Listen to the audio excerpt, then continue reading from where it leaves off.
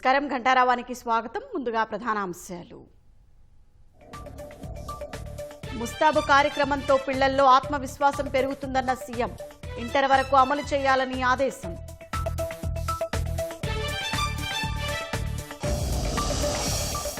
కాసేపట్లో భారీ ప్రకటన చేయనున్న మంత్రి లోకేష్. సంస్కరణలు నినాదాల కంటే పెద్దవైతే గుర్తింపు తథ్యమని వెల్లడి.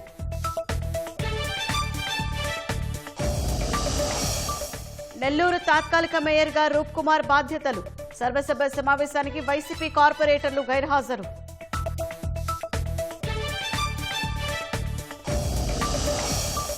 పార్లమెంటు ప్రాంగణంలో విపక్షాల నిరసన. వీబీజీ రామ్జీ బిల్లును వెనక్కి తీసుకోవాలని డిమాండ్.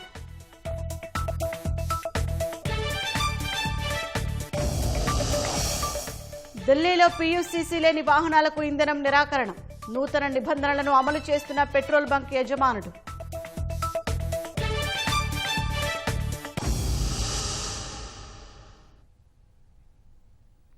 కేసులు అరెస్టులతోనే సరిపెట్టకుండా నాటుసారా తయారీదారులకు ప్రత్యామ్నాయ ఉపాధి చూపాలని ముఖ్యమంత్రి చంద్రబాబు కలెక్టర్లకు సూచించారు. ఏలూరు జిల్లాలో ప్రాజెక్టు మార్పు ద్వారా 140 నాటుసారా తయారీ గ్రామాల మార్పు తెచ్చినట్లు ఏలూరు జిల్లా కలెక్టర్ వెట్రిసెల్వి ప్రజెంటేషన్ ఇచ్చారు. ఈటీవీ ఆంధ్రప్రదేశ్లో ప్రసారమైన కథనాన్ని కూడా కలెక్టర్ ప్రదర్శించారు. వెట్రిసెల్విని అభినందించిన సీఎం ఈ విధానాన్ని మిగతా జిల్లాల్లోనూ అమలు చేయాలని సూచించారు. 226 ఫ్యామిలీస్ కి ఈ 140 ఐడి ఫోన్ విలేజెస్ లో వర్క్ షాప్ పెట్టాము. వాలంటరీగా మనకు వచ్చింది 40 ఫ్యామిలీస్. ఆ 40 ఫ్యామిలీస్ కి సెల్ఫ్ హెల్ప్ గ్రూప్ ద్వారా ఉన్నతి లోన్ కానీ, శ్రీనిధి లోన్ కానీ, బ్యాంక్ లింకేజెస్ కానీ వాళ్ళందరికీ within 1 month we gave them 31.40 lakhs of loans. మా ఊరు ఎక్కువ రూరల్ కాబట్టి అక్కడ ఎక్కువ వాళ్ళు ప్రిఫర్ చేసింది కౌస్ అండ్ బఫలోస్ యూనిట్ పెట్టడానికి, పోల్ట్రీ, చికెన్ షాప్, చిన్న షాప్లు కొట్టు పెట్టుకుంటాము. అలాంటివి వచ్చిన వాళ్ళకి ఏం కావాలో దానికి రిలవెంట్ డిపార్ట్మెంట్ తోటి కూడా వాళ్ళకి ఓరియంటేషన్ ఇచ్చాము సార్.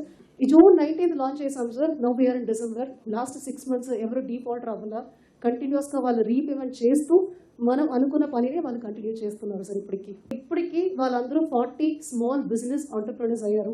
నెలకి 8,000 నుంచి 15,000 6 monthsలోనే నెలకి 8,000 నుంచి 15,000 రూపీస్ వాళ్ళకి ఆదాయం వస్తున్నాయి.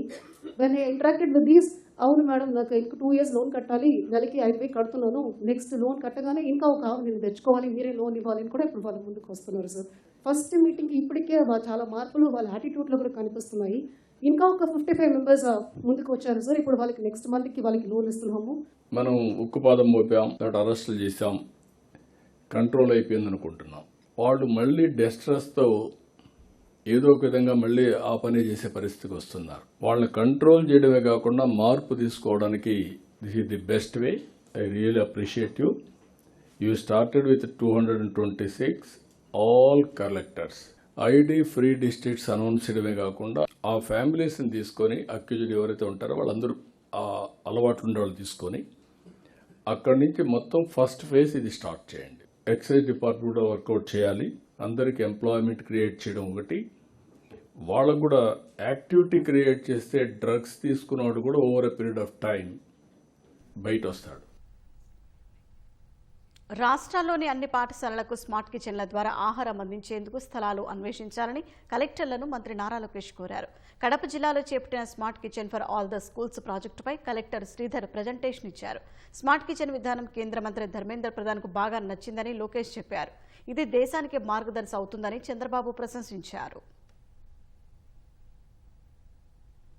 చూపించిన దానిపైన we have showcase this project in government of India. మన ధర్మేంద్ర ప్రధాన్ గారు పర్సనల్గా హీ వాచ్ దిస్ అండ్ బాగా నచ్చింది. So I would request all collectors to start identifying land based on the cluster of school education. Don't go based on mandal. Mandal is for administration of మీ administration, but school administration we use cluster because cluster distance of the school బట్టి మేము design చేసాం కనుక. So ఆ cluster తీసుకొని మీరు land identification చేస్తే యుద్ధ ప్రాతిపదికంగా will start constructing. I would request collectors also to visit this. Seeing is believing. The quality, the fit, finish, including drainage, everything is really thought through. We have to appreciate Collector Kadapa.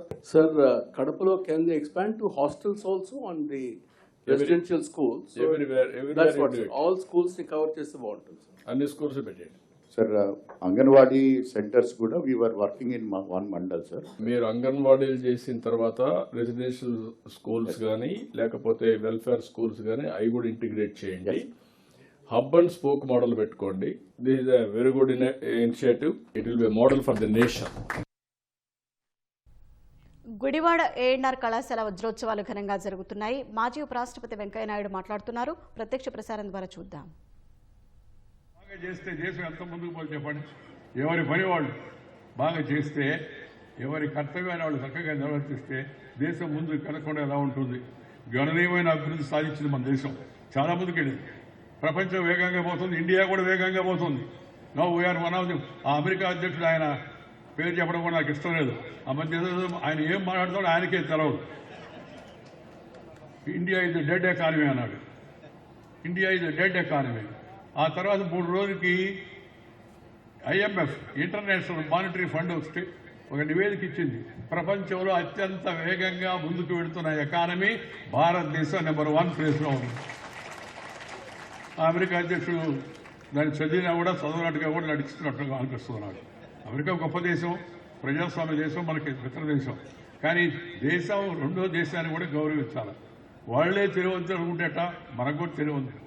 ఇవాళ మనం అమెరికాలో ఉన్న 10 మంది డాక్టర్లు ప్రముఖులు సగం మంది India వాళ్ళే ఉంటారు.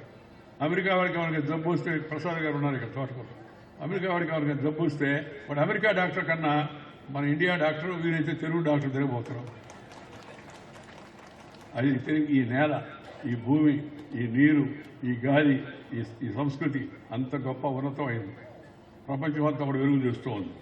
మన చరిత్రలో కొన్ని సవాళ్లు ఎదుర్కొన్నాం. ఆ సవాళ్లను గుర్తించాలి మనం. ఏంటంటే ఆ సవాళ్లు కలిసి ఉండాలా. రెండవది ఈ యొక్క సంపద, సంక్షేమం ఇతరులకు కూడా అందాలా. దేశం బాగా ముందుకెళ్తోంది. కానీ ఇంకా 18% మంది దారిద్ర్య రేఖ కింద ఉన్నారు పేదవాళ్ళు. వాళ్ళని ఆదుకోవాలి, వాళ్ళకి ముందు ప్రాధాన్యత ఇవ్వాలి. రెండవది ఇంకా 14% మంది చదువు రాదు దేశంలో. ఇంత అభివృద్ధి చెందిన దేశం ప్రపంచంలో మనం అగ్రరాజ్యం. ఇప్పుడు అమెరికా, చైనా, ఇండియా ఈ 3 అగ్రరాజ్యాలుగా ఉన్నాయి. కానీ అలాంటి కొరతలు ఉన్నాయి. వాటిపైన దృష్టి పెట్టాలి. విద్యా విధానంలో కూడా అలాంటి మార్పులు రావాలి. ఒకప్పుడు ఇమిగ్రేషన్ కౌంటర్ల వద్ద భారతీయులు భయంగా ఎప్పుడు ఏమవుతుందో అన్నట్టు ఆందోళన ఉండేది. ఇప్పుడు అది లేదు. గర్వంగా నేను భారతీయుడిని అని పాస్పోర్ట్ తెలుస్తున్నారు. ఇంట గెలిచాం కాబట్టి రచ్చ గెలుస్తున్నాం మనం. భారతదేశం ఆర్థికంగా, సామాజికంగా, దౌత్యపరంగా ఒక నూతన శకాన్ని ఆవిష్కరిస్తుంది. 9 ఏళ్ల క్రితం 4-5 ఫిగర్స్ చెప్తాను. 9 ఏళ్ల క్రితం 15%కే పరిమితమైన డిజిటల్ వినియోగం నేడు డిజిటల్ ఇండియా పుణ్యమాని 48% చేరింది డిజిటల్ ఇండియా. రాబోయే రోజుల్లో డిజిటైజేషన్ అంతా మొత్తం అయిపోతుంది. మన విద్యార్థులు దానిపైన కూడా దృష్టి పెట్టాలి. గత కొన్నేళ్లుగా 470 మిలియన్ల కొత్త బ్యాంకు ఖాతాలు తెరవడం, కొత్త బ్యాంకు ఖాతాలు. నేను ఒకరోజు క్యాబినెట్లో మంత్రిగా ఉన్న మోడీ గారి ప్రభుత్వంలో కొద్ది రోజులు ఒకరోజు ఆయన సడన్గా అన్నాడు, వెంకయ్యజీ మనం బ్యాంక్ అకౌంట్ ఓపెన్ చేయాలన్నాడు. నేనుండి మన టెన్యూర్ 5 ఏళ్ల లోపల బ్యాంక్ అకౌంట్ ఓపెన్ చేద్దాం అయిపోతుంది అన్నాను. నో 5 ఏళ్ళు కాదు, సంవత్సరం లోపల బ్యాంక్ అకౌంట్ అందరికీ తెచ్చేట్టు చూడాలన్నాడు. మా ప్రధానమంత్రి కదా, ఏం మాట్లాడుకుని గమ్ముకున్నాం. ప్రధానమంత్రి కదా. కానీ ఆశ్చర్యకరంగా ఇవాళ 470 మిలియన్ కొత్త బ్యాంకు ఖాతాలు తెచ్చారు. కొంతమంది ఖాతాలు తెరుస్తారు సార్, దాంట్లో ఏముంది అని. ఆ తర్వాత DBT, డైరెక్ట్ బెనిఫిట్ ట్రాన్స్ఫర్ అని ప్రభుత్వం ఇవ్వదలుచుకున్న వాటన్నిటినీ మధ్యలో నిలబడకుండా, క్యూలో ఉండకుండా, standing in a queue, waiting in the list, వాళ్ళకి పోవడం, చేయి కలపడం, shaking hand and doing something in between hands, అదేమి లేకుండా ఇవాళ నేరుగా మనకు అందాల్సిన సొమ్ము మన ఖాతాలో నేరుగా మన ఇంటికి, మన చేతికి వస్తుంది, మన ఫోన్లో వస్తుంది. అద్భుతమైన ప్రగతి ఈ భారతదేశంలో ఉంది ఇవాళ ఈ డిజిటల్ పరివర్తన ద్వారా. నేను మొన్న విశాఖపట్నం నడుస్తూ ఉన్నాను. ఉదయాన్నే నడుస్తూ ఉంటే అయిపోయిన తర్వాత ఒక చిన్న అతను ఆ రోడ్డు మీద కూరగాయలు పెట్టుకున్నాడు. కీరా అంటే కీరా ఏమంటారు, దోసకాయ బాగుంది. నేను ఆ కీరా తీసుకుంటే అతను డబ్బులు ఇవ్వచ్చు. అతను సార్ మీకు ఫోన్పే ఉందా అన్నాడు.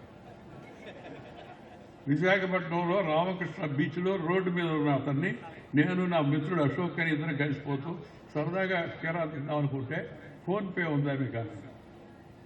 ఆశ్చర్యం వేసింది, అద్భుతం అనిపించింది, సంతోషం అనిపించింది. భారతదేశ సామాన్యుడు కూడా ఫోన్పే డైరెక్ట్గా ఫోన్ ద్వారా డబ్బు ట్రాన్స్ఫర్ చేసే విధానం మనకు వచ్చింది. అనుసంధానం అంటే కేవలం రోడ్లు కాదు.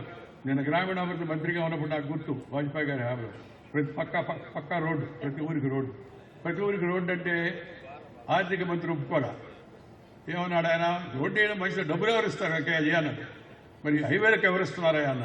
హైవేకి టోల్ గేట్ ఉంటుందండి, ఆ టోల్ గేట్ ద్వారా వచ్చే డబ్బు ఆటోమేటిక్గా బ్యాంకు రోజు చేరిపోద్ది, పల్లెటూరికి రోడ్డు వేస్తే ఎవరు డబ్బు ఇస్తాడు సార్ అని అన్నాడు. నాకు నిరాశ కలిగింది. తర్వాత అద్వానీ గారిపై కలిసి అడిగాను, సార్ ఈ స్కీమ్ మాత్రం తప్పనిసరి తీసుకోవాలి మన ప్రతి ఊరికని. మంచిదేను, కానీ ఆర్థిక మంత్రి ఒప్పుకున్నట్టుగా చేయాలి కాదు. వాజ్పేయి గారి దగ్గరికి వెళ్ళాను, 2 సార్లు ఆయనతో మాడా, ఈ ప్రతి పల్లెకు రోడ్డు కావాలి సార్ అని చెప్పాను. ఆయన అన్నాడు క్యాబినెట్ ఈసారి మళ్ళీ 2వసారి తీసుకొచ్చే విషయాన్ని అప్పుడు నీ శైలిలో చెప్పు అన్నాడు. నేను మళ్ళా క్యాబినెట్కి వస్తే చెప్పాను, సార్ గ్రామానికి రోడ్డు లేకపోతే వీడిఓ, BDO, DDO, ADO, collector, doctor, actor, tractor ఏది రాదు గ్రామానికి. వీడిఓ, BDO, ADO, collector, doctor, actor, tractor ఏది గ్రామానికి రాదు. అందుకని రోడ్డు చాలా అవసరం గ్రామానికి అని చెప్పారు. క్యాబినెట్ ఆమోదించింది. అది PMGSY, ప్రధానమంత్రి గ్రామీణ సడక్ యోజన అని పల్లె పల్లెకు దేశంలో రోడ్డు వచ్చింది. అప్పుడే నిజమైన అనుసంధానం అవుతుందనే విషయాన్ని మనం గమనించాల్సి ఉంది.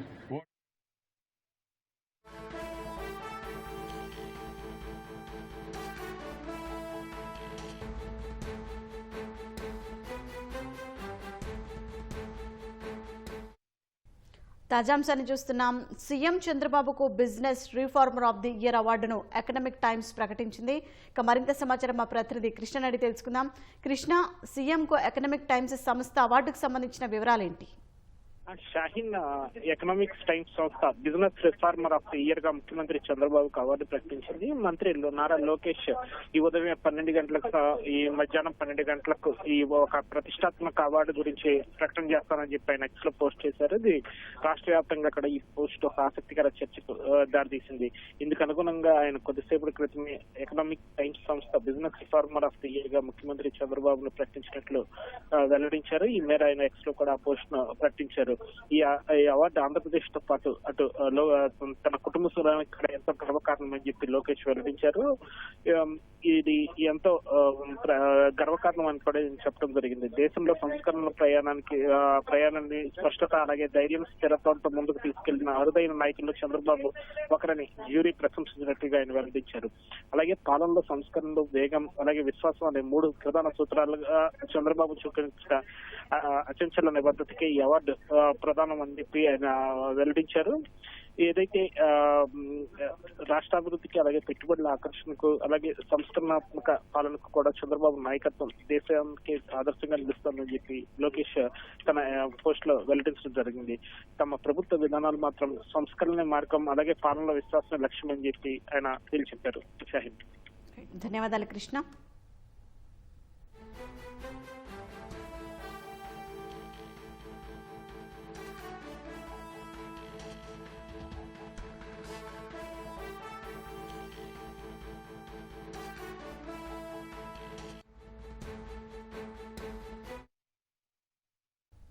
అల్లూరి జిల్లా పాడేరు ఏజెన్సీలో చలి తీవ్రత రోజురోజుకు పెరుగుతోంది. ఎముకలు కొరికే చలితో ప్రజలు ఇబ్బంది పడుతున్నారు. దట్టమైన పొగమంచు కారణంగా రహదారులు కనిపించడం లేదు. అత్యల్పంగా మాడుగులలో 5.4 డిగ్రీల ఉష్ణోగ్రత నమోదైంది. అరకులోయ, చింతపల్లి పరిసర ప్రాంతాల్లో 7.5 డిగ్రీలుగా ఉష్ణోగ్రత నమోదైంది. పరిసరాలను పొగమంచు కమ్మేసింది. చలిమంటలతో స్థానికులు ఉపశమనం పొందుతున్నారు.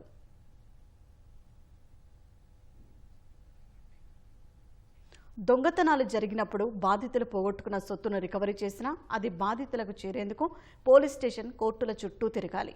అయితే ఇవేవీ లేకుండా పోగొట్టుకున్న నగదు, బంగారం, వస్తువులను రికవరీ చేసి నేరుగా బాధితులకు అందించేందుకు ఏలూరు జిల్లా పోలీసులు వినూత్న కార్యక్రమానికి శ్రీకారం చుట్టారు. ప్రాజెక్టు రీస్టోర్ పేరుతో బాధితుల ఇళ్ల వద్దకే వెళ్లి రికవరీ సొత్తును అప్పగిస్తున్నారు. దీని ద్వారా ప్రజల్లో పోలీసుల పట్ల నమ్మకం, భరోసా మరింత పెరిగిందంటున్న ఏలూరు జిల్లా ఎస్పీ ప్రతాప్ శివకిషోర్తో ఈటీవీ ప్రతినిధి మహేష్ ముఖాముఖి.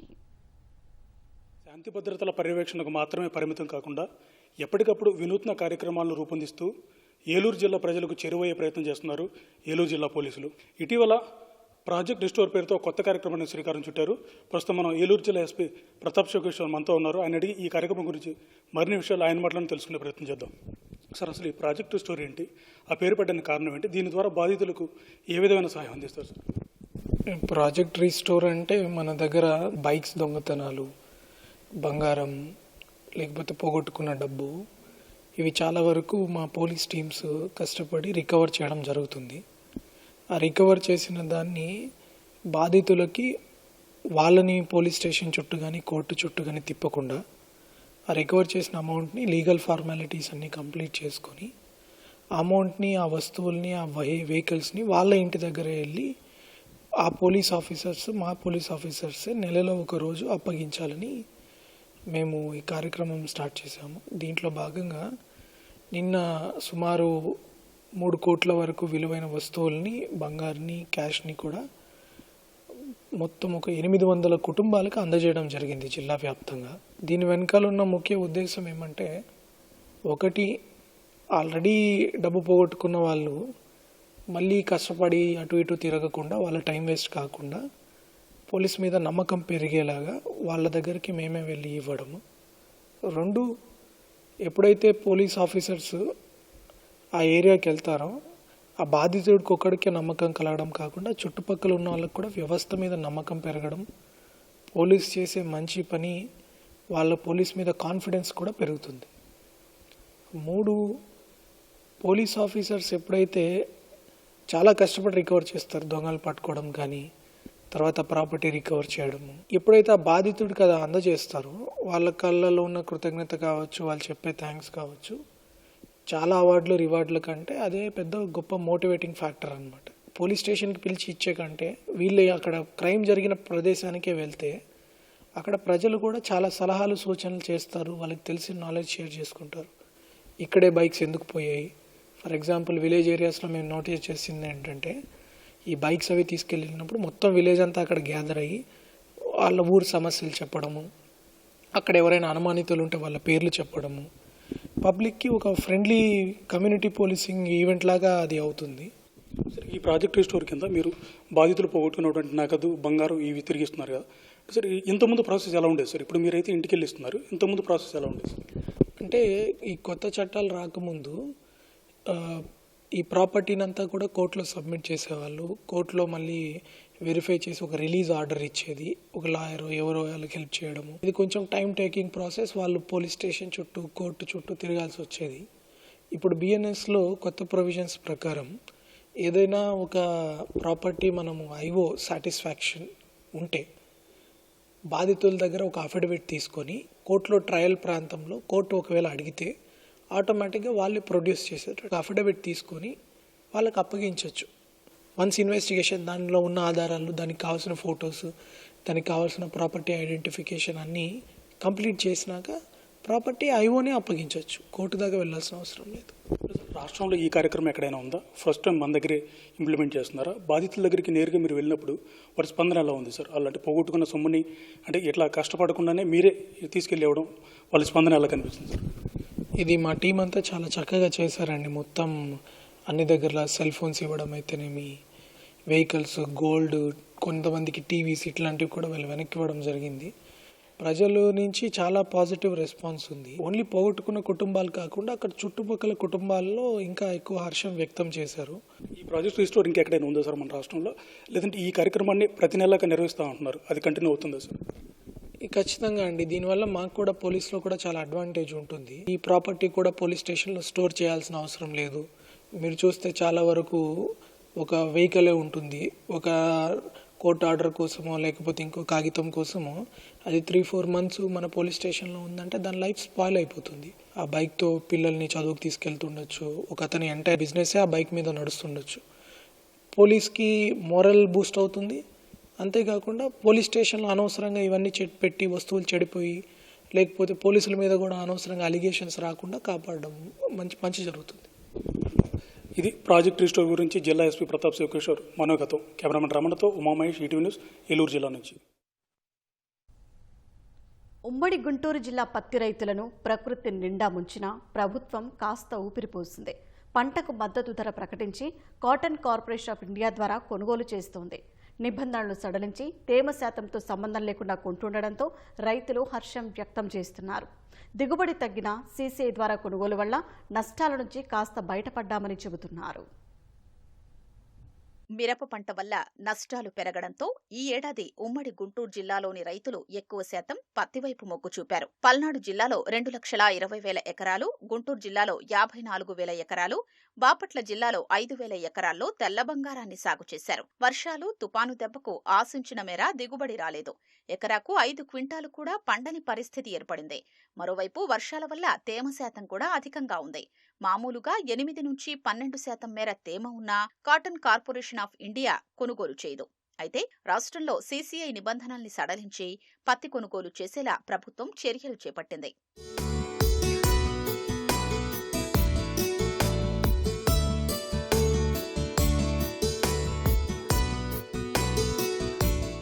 సీసీఐ క్వింటా ధరను 8,100గా నిర్ధారించగా నాణ్యత, తేమను బట్టి అధికారులు కొనుగోలు చేస్తున్నారు. గతంలో 5-6 వేల రూపాయలకు విక్రయించిన పత్తిని ఈసారి 7,500 నుంచి 8,000కు అమ్ముతున్నట్లు రైతులు చెప్తున్నారు. పత్తి సీసీకి తీసుకెళ్ళాం 7600 పడింది. అది కొద్దిగా నెమ్మ శాతం అటు ఇటు ఉండగా వెళ్ళిన పత్తిని వెనక్కి రానికుండా కొంటున్నారు ఒక 50 అటు ఇటుగా. మీరు పోయిన సంవత్సరం అయితే తేమ శాతం చూశారు. వాతావరణం అనుకూలంగా ఉన్నప్పుడు తేమ తీసుకెళ్తే వెనక్కి పంపిస్తారు కదా, వెనక్కి పంపించారు. అట్నే బయట వాళ్ళకి అమ్ముకుంటే తక్కువ రేటుకు కొంటారు. వెనక్కి వచ్చింది అంతే. ఈ సంవత్సరం లేదు, కొంటున్నారు. దిగుబడి దగ్గర 3 గంటలకు వచ్చింది, 10 గంటల 3 గంటలకు అయింది. పత్తి వేసారు 8 ఎకరాలు, ఎకరానికి 4 గంటల కాడికే వచ్చింది.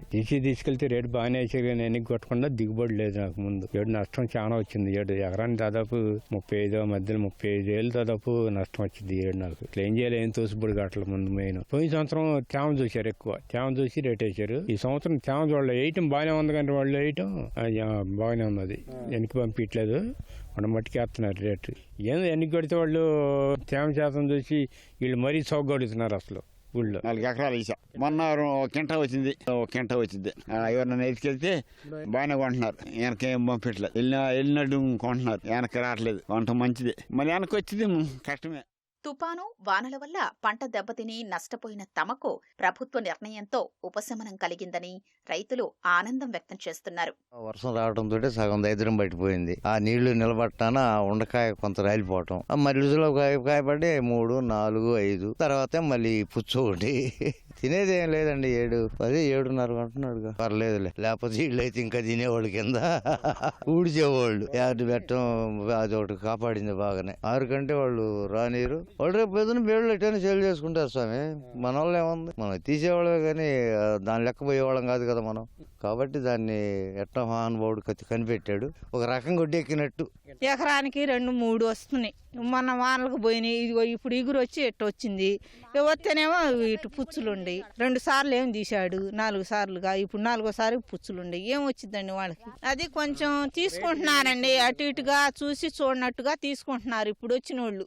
వ్యాపారాలకు అమ్ముకున్నారు కానీ కొంతమంది ఏమో మిల్లు తీసుకెళ్తే మళ్ళీ వెనక పంపించారు. ఈ సంవత్సరం కొత్తగా కపాస్ కిసాన్ అనే యాప్ స్లాట్ బుక్ చేసుకోవడానికి ఇవ్వబడింది. మా దగ్గర రైతులకు అవగాహన లేకపోతే మా దగ్గరకు వచ్చి మేమన్నా క్రాప్ రిజిస్ట్రేషన్ చేస్తున్నాము. అవగాహన ఉన్న రైతులు అయితే వాళ్ళే స్లాట్లు ఓపెన్ చేసినప్పుడు బుక్ చేసుకొని డైరెక్ట్ గా పత్తి మిల్లుకి తీసుకెళ్లి అమ్ముకుంటున్నారు. పోయిన సంవత్సరము కొంచెం పత్తి తీసుకెళ్ళినా మళ్ళీ వెనక్కి పంపించడం తేమ శాతం చూసి అట్లా ఉంది. కానీ ఈ సంవత్సరం వరకు అందులో ఈసారి కొంచెం వర్షాలు పడటం వల్ల తేమ శాతం కొంచెం చూసి చూడనట్టు వెళ్తున్నారని రైతులు కూడా మాతో చెప్తున్నారు. కొంచెం దిగుబడి కొంచెం తక్కువైంది కానీ 6 నుంచి 9 క్వింటాల యావరేజ్ గా దిగుబడి వచ్చింది ఈ సంవత్సరం. ఛత్తీస్గఢ్లోని సుక్మా జిల్లాలో ఎన్కౌంటర్ జరిగింది. భద్రతా బలగాలు జరిపిన కాల్పుల్లో ఓ మహిళ సహా 3 మావోయిస్టులు మృతి చెందారు. మావోయిస్టుల కదలికలపై నిఘా వర్గాల సమాచారంతో జిల్లా రిజర్వ్ గార్డు దళాలు కూంబింగ్ నిర్వహిస్తుండగా గొల్లపల్లి అటవీ ప్రాంతంలో మావోయిస్టులు తారసపడ్డారు. ఈ క్రమంలో ఇరు వర్గాల మధ్య భీకర కాల్పులు జరిగాయి. 3 మావోయిస్టులు మృతి చెందారని సుక్మా ఎస్పీ తెలిపారు. వారి మృతదేహాలను ఘటనా స్థలం నుంచి స్వాధీనం చేసుకున్నామని, ఆపరేషన్ ఇంకా కొనసాగుతోందని చెప్పారు. ఈ ఏడాదిలో ఛత్తీస్గఢ్లో ఇప్పటి వరకు 284 మంది మావోయిస్టులను భద్రతా బలగాలు హతమార్చాయి. బస్తర్ డివిజన్లోనే 255 మంది మావోలను మట్టుబెట్టాయి. రాయ్పూర్ డివిజన్లో 27 మందిని, దుర్గ్ డివిజన్లో 2 హతమార్చాయి.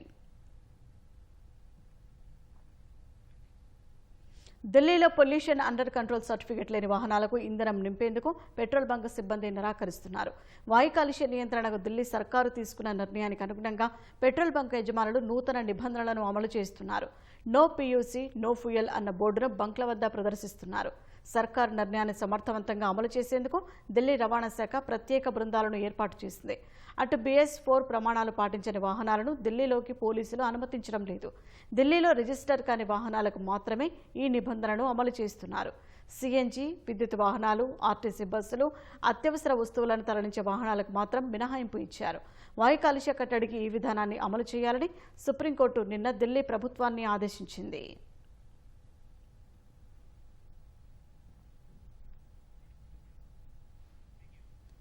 పొగమంచు కారణంగా ఉత్తర భారతంలో విమానాల రాకపోకలపై ప్రభావం పడుతోందని ఎయిర్పోర్ట్ అథారిటీ ఆఫ్ ఇండియా తెలిపింది.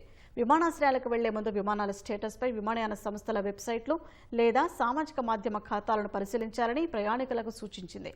పొగమంచు కారణంగా కొన్ని విమానాలు ఆలస్యంగా నడుస్తున్నాయని వెల్లడించింది. ఢిల్లీ విమానాశ్రయం నుంచి వెళ్లాల్సిన 11 విమానాలు రద్దయ్యాయని అధికారులు తెలిపారు. ఢిల్లీకి రావాల్సిన మరో 11 విమానాలు కూడా రద్దయ్యాయని వెల్లడించారు.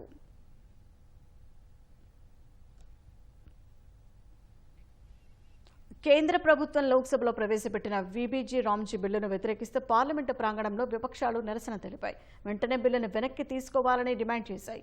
మహాత్మాగాంధీ జాతీయ ఉపాధి హామీ పథకం అని రాసి ఉన్న పెద్ద బ్యానర్తో గాంధీ విగ్రహం నుంచి మకర ద్వారం వరకు విపక్ష ఎంపీలు ర్యాలీ చేశారు. ఇందులో కాంగ్రెస్ అగ్రనాయకురాలు సోనియా గాంధీ, రాజ్యసభలో విపక్ష నేత మల్లికార్జున ఖర్గే, ఎంపీలు కేసీ వేణుగోపాల్, కడిమొళి, టీఆర్ బాలు, ఏ రాజా తదితరులు పాల్గొన్నారు. ఉపాధి హామీ పథకం నుంచి గాంధీ పేరును తొలగించడం ద్వారా కేంద్రం ప్రజాస్వామ్యాన్ని చంపేస్తోందని ఎంపీ కేసీ వేణుగోపాల్ అన్నారు. వీబీజీ రామ్జీ బిల్లును పార్లమెంటు స్థాయి సంఘానికి పంపాలని డిమాండ్ చేశారు.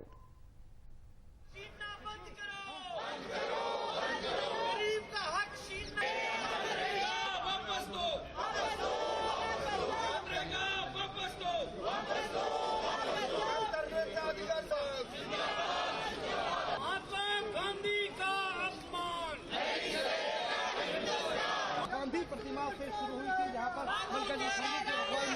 भाई दिल्ली का दे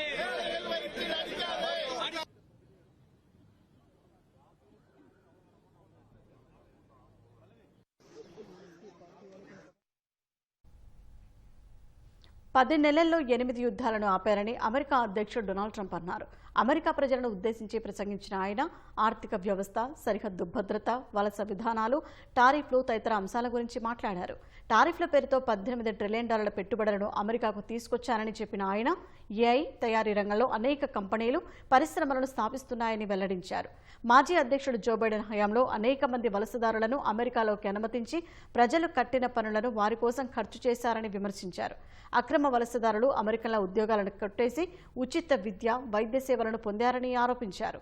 50 ఏళ్ల తర్వాత తొలిసారి వలసదారులు తిరిగి వారి స్వదేశాలకు వెళ్లిపోతుండటంతో అమెరికన్లకు మరిన్ని ఉద్యోగాలు లభిస్తున్నాయని ట్రంప్ చెప్పారు. క్రిస్మస్ సందర్భంగా ప్రతి అమెరికన్ సైనికుడికి $1,776 నగదు బహుమతి ఇవ్వనున్నట్లు ట్రంప్ ప్రకటించారు.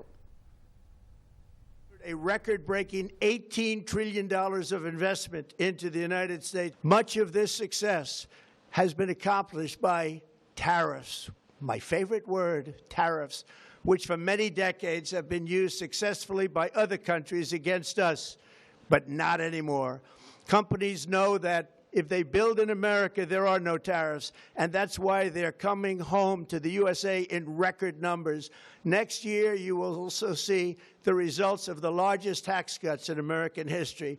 We have the most powerful military anywhere in the world, and it's not even close. Settled 8 wars in 10 months, destroyed the Iran nuclear threat, and ended the war in Gaza, bringing for the first time in 3,000 years peace to the Middle East, and secured the release of the hostages, both living and dead. సామాజిక రుగ్మతలపై ఉద్యమానికి దృశ్య మాధ్యమమే వారికి ఆయుధమైంది. లఘు చిత్రాలతో తమకు ఇష్టమైన నటన రంగంలో రాణిస్తూనే సామాజిక చైతన్యానికి తమ వంతు ప్రయత్నం చేస్తున్నారు. సమాజానికి ఉపయోగపడే ఎన్నో లఘు చిత్రాలను రూపొందించడమే కాదు, తెలుగు భాష ఔన్నత్యాన్ని, సాహిత్యం ప్రాధాన్యతను నేటి తరానికి తెలియజేస్తున్నారు.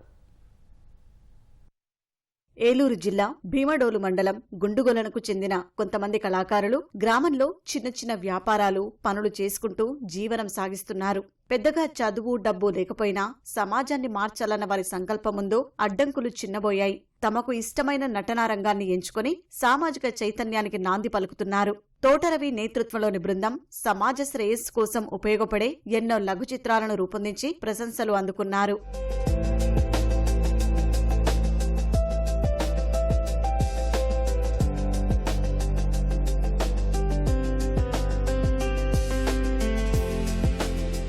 నటనంటే వీరందరికీ ప్రాణం. సినిమాల్లో రాణించాలన్న కోరిక నెరవేరక తమ ప్రతిభను ప్రదర్శించడానికి లఘు చిత్రాలను ఎంపిక చేసుకున్నారు.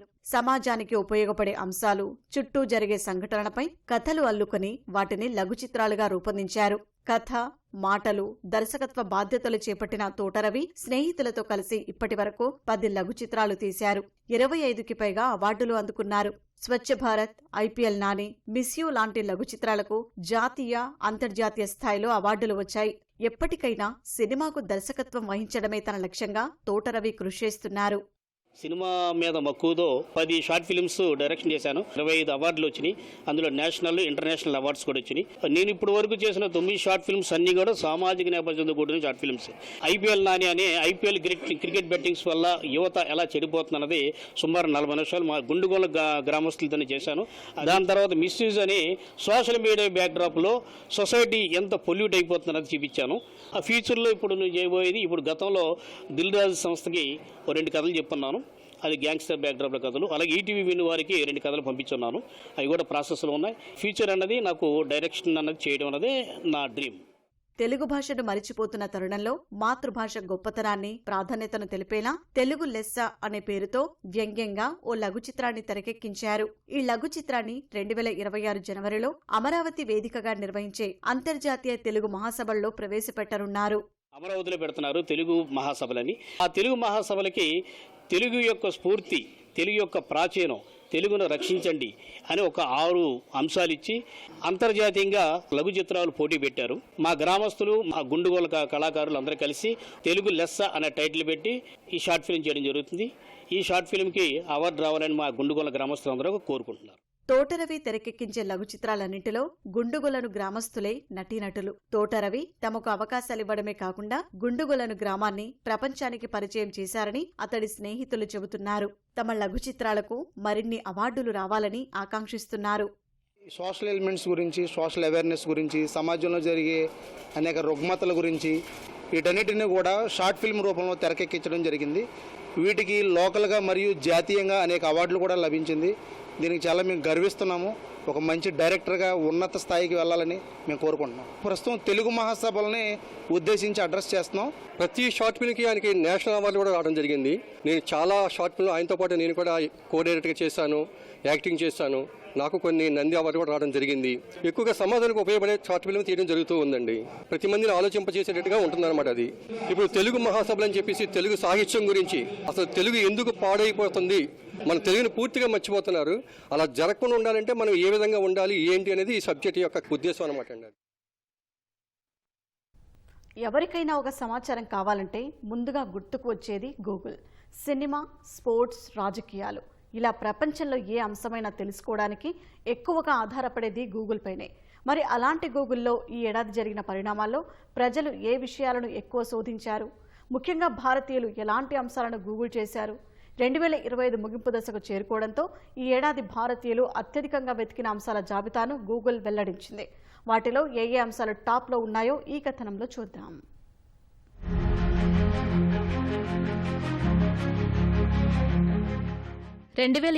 సంవత్సరం ఇంకా పూర్తి కాకముందే భారతీయులు అత్యధికంగా వెతికిన అంశాల జాబితాను గూగుల్ విడుదల చేసింది. క్రికెట్ అభిమానులు ఎంతో ఇష్టపడే ఇండియన్ ప్రీమియర్ లీగ్ ఈ ఏడాది గూగుల్ సెర్చ్లో అగ్రస్థానంలో నిలిచింది. 18 ఏళ్ల నిరీక్షణకు తెరదించుతూ రాయల్ ఛాలెంజర్స్ బెంగళూరు తొలిసారిగా ఈ ఏడాది ఐపీఎల్ కప్ను గెలవడంతో ఈ సెలా కప్ నమ్దే అనే హ్యాష్ ట్యాగ్ ఇంటర్నెట్లో బాగా ట్రెండ్ అయింది. ఈ ఏడాది జరిగిన ఐసీసీ ఛాంపియన్స్ ట్రోఫీతో పాటు ఐసీసీ మహిళల క్రికెట్ ప్రపంచ కప్ను భారత్ కైవసం చేసుకోవడంతో క్రికెట్ ట్రెండింగ్లో ఉందని గూగుల్ నివేదిక వెల్లడించింది. ఫలితంగా భారతీయులు ఐపీఎల్ను ఎక్కువ శోధించినట్లు గూగుల్ పేర్కొంది. ప్రపంచవ్యాప్తంగా అన్ని రంగాల్లో కృత్రిమ మేధా వినియోగం పెరిగిన వేళ జెమినై, గ్రోక్, చాట్ జీపీటీల పేర్లను భారతీయులు తరచుగా వెతికారని గూగుల్ తెలిపింది. జిబ్లీ ఫోటోలు, నానో బనానాతో రూపొందిన ఏఐ చిత్రాలు సోషల్ మీడియాలో ఓ సరికొత్త ట్రెండ్ సృష్టించాయని గూగుల్ తెలిపింది. ప్రతి సంవత్సరంలాగే ఈ ఏడాది కూడా సినిమా విషయాలను తెలుసుకునేందుకు భారతీయులు ఉత్సుకతను ప్రదర్శించారు. బాలీవుడ్లో చిన్న సినిమాగా విడుదలై భారీ విజయం సాధించిన సయ్యారా గురించి ప్రజలు ఎక్కువ ఆరా తీసినట్లు గూగుల్ తెలిపింది. అటు ఆధ్యాత్మిక కార్యక్రమాలపై కూడా భారతీయులు గూగుల్లో సెర్చ్ చేశారు. ఈ ఏడాది ప్రయాగ్రాజ్లో జరిగిన మహాకుంభమేళాను ప్రజలు ఎక్కువగా వెతికారు. దర్శన తేదీలతో పాటు కుంభమేళాకు చేరుకునేందుకు ఉన్న మార్గాలు, బస చేయాల్సిన ప్రాంతాలకు సంబంధించిన సమాచారాన్ని శోధించినట్లు గూగుల్ తన నివేదికలో స్పష్టం చేసింది.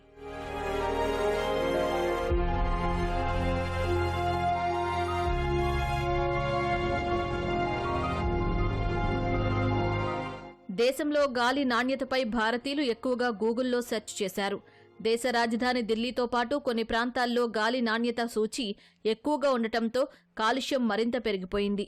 దీంతో సమీప ప్రాంతాల్లో గాలి నాణ్యత ఎంత ఉంది అన్న సరికొత్త ట్రెండ్ సామాజిక మాధ్యమాల్లో తెగ వైరల్ అయింది. ఫలితంగా ప్రజలు గాలి నాణ్యతను చూసుకుని బయటకు వస్తున్నట్లు గూగుల్ పేర్కొంది. అటు దేశ రాజకీయాల్లో జరిగిన కీలక పరిణామాలను తెలుసుకునేందుకు ప్రజలు ఆసక్తి కనబరిచినట్లు గూగుల్ వెల్లడించింది.